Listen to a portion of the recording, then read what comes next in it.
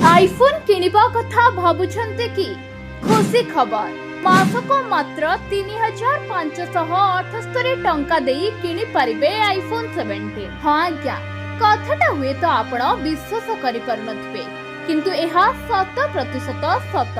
एबे युवपीढ़ी को खारिछि आईफोन 17 र नेशा।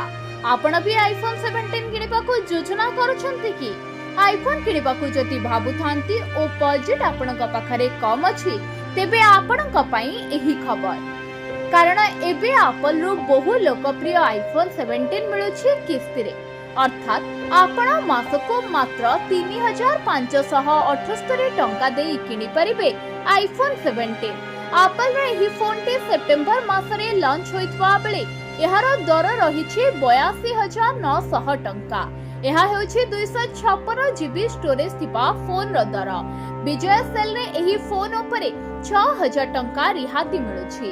रिहाती परे फोन रो दाम 76900 टंका रहिछि। आपण चाहते तो एही फोन को ईएमआई रे किनि परिबे।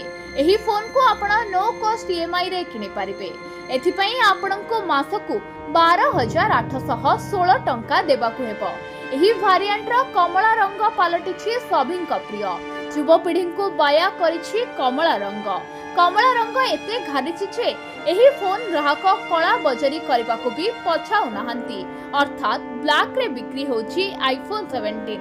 आईफोन 17 प्रेमी माने एही रंग को भगवा बोली क्वी कहउछंती। Bureau report ONT news.